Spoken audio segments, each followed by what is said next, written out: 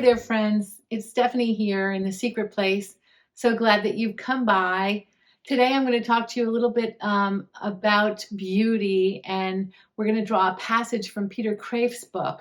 I just learned that his name is not Peter Kreeft, which I've told you a year ago and 6 months ago, but Peter Kreeft. And this book is Wisdom of the Heart, the good, the true, and the beautiful at the center of us all. I love this book, and I want to talk to you. You might think, beauty? Why beauty? Beauty is a luxury. Why are you going to talk about beauty? I'll tell you why. Here's what he says about this. Like joy, beauty is not a machine, either physical or mental, that we can control. Like joy, beauty just happens. It is not engineered. Like joy, beauty is a gift, a surprise. This is because beauty is not human, but divine in origin. Beauty is to God what sunlight is to the sun. Beauty is God shining. It acts on us, not we on it. We can choose only to receive it or not receive it, but we cannot turn it on or off. We have on and off control switches for our electric lights, but not for the sun. Beauty has no buttons, flip switches, or keyboards. You gotta love him, Peter Kreeft. So good. Beauty is something that, again, we think of as a luxury. And isn't beauty in the eye of the beholder? There's something to be said about that. Maybe it is, but maybe it isn't.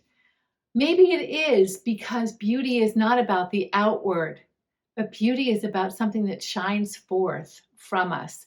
And I believe that what shines forth from us that is most beautiful, or what can shine forth from we human beings that is most beautiful, is the light of God within our life. We're made in the image of God. Jesus Christ shining forth light into the darkness. There's beauty there. So even the most unattractive man or woman in any culture can still be so beautiful because the light of God can shine through him or shine through her. I love the way he said, beauty is God's shining. It acts on us, not we on it.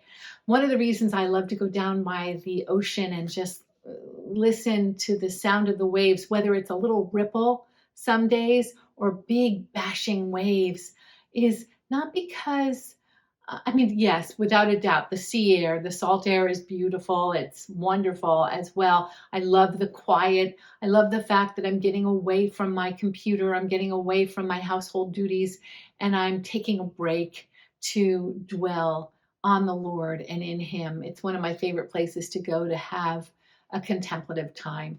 But all of those things, it's the beauty. There is beauty in that blue body of water, the blue that touches a different blue of the horizon, that is this wonderful backdrop to everything else that's going on there. The seagulls flying in formation, the pelicans diving down for a fish, the little sandpipers piping past my feet, pecking the sand, looking for little scraps of food.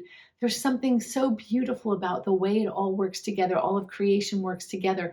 I look up at the sky sometimes and the clouds. I think, what a maker we have. I mean, there's this certain formation, and if I had time to go hunting down what it is, I would. It's a formation that looks exactly like the inside of a mussel shell. Have you ever been down by the shore and seen mussels, and you turn them over and you see like not really opalescent, but it looks like the sky, like the cloud formation sometimes. And I think, oh my gosh, like he had this idea in mind and replicated it again and again and again throughout so many things. The idea is beautiful. Just the idea of the harmony and the unity,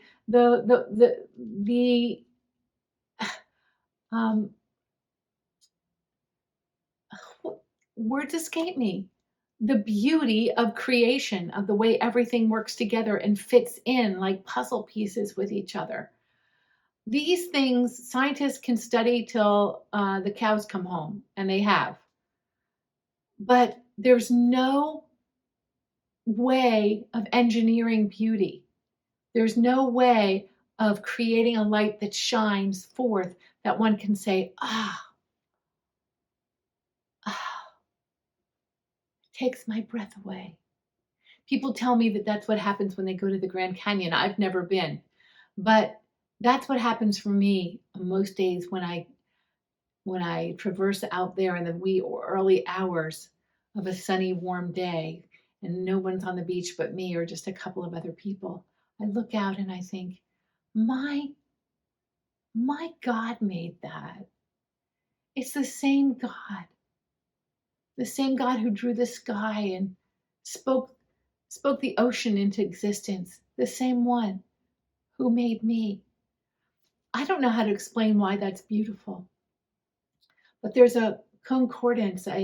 There's a oneness that is actually just beautiful, and especially in light of so much that's happening with AI these days, so much that's mechanized, so much that takes away the human element, that messy human element, right?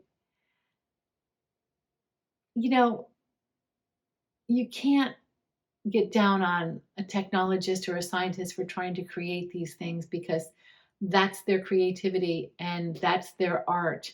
And there is so much creativity in the arts and the sciences. We're made to create. But as we take on these new technologies and these they create new ways of us to do things, new ways of being in the world. So much of it kind of pushes us away from being able to see the beauty that God created in its natural form. And that's one of the reasons I wanted to read you this passage from Kreeft. You know, we have on and off control switches for our electric lights, but not for the sun.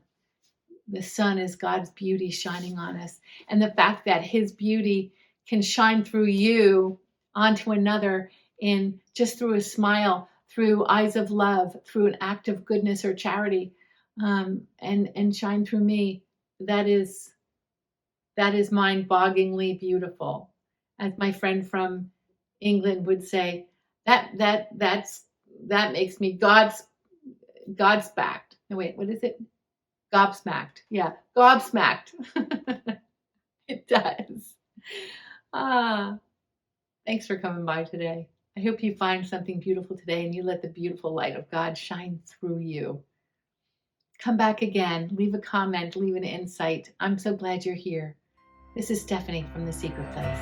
Bye now.